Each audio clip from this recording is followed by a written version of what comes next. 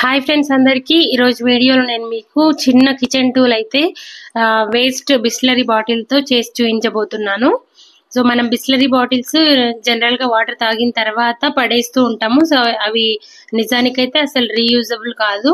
So just use and throw bottles కాబట్టి పడేస్తూ ఉంటాము. సో వాటిని మనం పడేసినప్పుడు పొల్యూషన్ అనేది ఎక్కువైపోతూ ఉంటుంది. జనరల్గా ఎక్కువగా వాడుతూ ఉంటాము. ఇన్ని కోట్ల మంది ప్లాస్టిక్ బాటిల్స్ డైలీ ఎన్నో యూజ్ చేస్తూ ఉంటారు. సో అన్నీ మనం కంట్రోల్ చేయలేము. మన చేతనైనంత మనం వాటిని ఎలా రీయూజ్ చేసుకోవచ్చు అనేది ఆలోచించుకొని చిన్న చిన్న కిచెన్ టూల్స్ చేసుకున్నట్టయితే కూడా మనకి హెల్ప్ఫుల్ గా ఉంటుంది కిచెన్ లో. సో దానికోసం అని చెప్పేసి నేను 2 లీటర్స్ వాటర్ బాటిల్ అయితే తీసుకున్నాను. బిస్లరీదైనా ఏదైనా సరే, ఏ కంపెనీ బాటిల్ అయినా వాటర్ బాటిల్ తీసుకుంటే మనకి సగం వరకు కట్ చేసుకుంటే సరిపోతుంది. మధ్యలో బెండింగ్ ఉంటుంది కదా, ఆ బెండింగ్ వరకు కట్ చేసుకొని సో ఈ విధంగా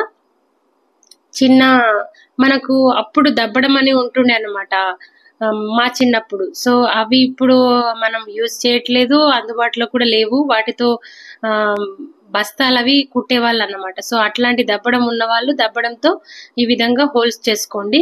లేని వాళ్ళు, నేనైతే నా దగ్గర లేదు కాబట్టి నేను ఇలా ఫోర్కు యూజ్ చేసి ఫోర్కుని కాస్త వేడి చేసి ఈ విధంగా అన్ని హోల్స్ అయితే చేస్తున్నాను అనమాట. దాదాపుగా తీసుకున్న బాటిల్ కి 70% దాకా హోల్స్ అనేవి చేసుకోవాలి. సో ఈ విధంగా హోల్స్ అన్ని కూడా చేసుకున్న తర్వాత మనం ఒక నైఫ్ తీసుకొని అటు ఇటు 2 హోల్స్ మనకి థ్రెడ్ కట్టడానికి వచ్చేటట్టుగా 2 హోల్స్ అయితే చేసుకొని ఈ విధంగా గట్టి దారము, మరి మెత్తటి దారం అయితే తెగిపోతుంది, ఫెయిల్ అవుతుంది. సో ఇది గట్టి దారం అన్నమాట. సో ఈ గట్టి దారాన్ని అటు ఇటు ఈ విధంగా టై చేసేసుకుంటే మనకు టూల్ అనేది రెడీ అయిపోతుంది. సో ఈ టూల్ ని మనం ఎలా యూజ్ చేయొచ్చు, మనకి కిచెన్ లో ఎలా హెల్ప్ అవుతుంది అనేది నేను ప్రాక్టికల్ గా మీకు చూపిస్తాను. మనం జనరల్ గా కిచెన్ లో వేస్టేజ్ అంతా కూడా అలాగే వెళ్ళినట్లయితే పైపులు అనేవి మొత్తం జామ్ అవుతూ ఉంటాయి. సో దాన్ని కంట్రోల్ చేయడానికి మనం చిన్న జాలి, నెట్ అలాంటివి యూజ్ చేస్తూ ఉంటాము. సో అలానే ఇది కూడా కొంచెం హెల్ప్ అవుతుంది. అంటే మనం చిన్న చిన్న పార్టికల్స్ ని హ్యాండ్ తో తీయలేము, అవి అలాగే వాటర్ లో ఉండిపోతాయి. వాటర్ సింక్ లో పోసినప్పుడు పెద్ద పెద్ద థింగ్స్ అయితే మనము హ్యాండ్ తో తీసేసి డస్ట్బిన్ లో వేసుకోవచ్చు.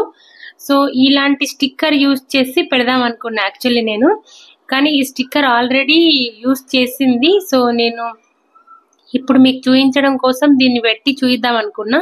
సో అది గమ్ సరిగా లేదు, అందుకని చెప్పేసి నేనైతే ఇప్పుడు ట్యాప్ కి అయితే ట్యాగ్ చేస్తున్నాను.